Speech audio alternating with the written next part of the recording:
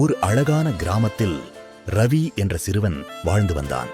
அவன் புத்திசாலி, ஆனால் பிறருக்கு உதவி செய்வதில் ஆர்வம் குறைவு.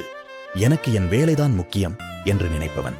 ஒரு நாள் பள்ளிக்குச் செல்லும் வழியில் ரவி தனது நண்பன் மணியின் புத்தகங்கள் கீழே விழுந்து அழுது கொண்டிருப்பதை பார்த்தான். மணி கேட்டான், ரவி, எனக்கு உதவி பண்ணுவியா என்று கேட்டான்.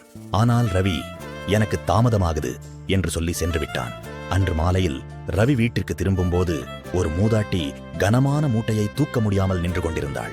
அவள் உதவி கேட்டாலும் ரவி கண்டுக்காமல் சென்று விட்டான். அன்றிரவு ரவி ஒரு கனவு கண்டான். அந்த கனவில் அவன் ஒரு பெரிய காடில் வழி தெரியாமல் தவித்துக் கொண்டிருந்தான். பசியாகவும் தாகமாகவும் இருந்தான். யாராவது உதவி பண்ணுங்க என்று கூப்பிட்டான். அப்போது மணி மற்றும் அந்த மூதாட்டி வந்தார்கள். ஆனால் அவர்கள் எங்களுக்கு நேரமில்லை என்று சொல்லி சென்றார்கள். ரவி மிகவும் வருத்தமடைந்தான். திடீரென ஒரு குரல் கேட்டது, நீ பிறருக்கு உதவாத போது உனக்கு யார் உதவுவார்கள்?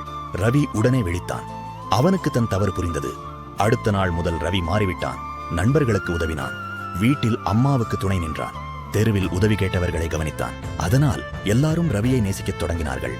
ரவி மகிழ்ச்சியுடன் வாழ்ந்தான். நல்லொழுக்க பாடம், மாரல்: பிறருக்கு உதவுவது மனிதனின் அழகான பண்பு.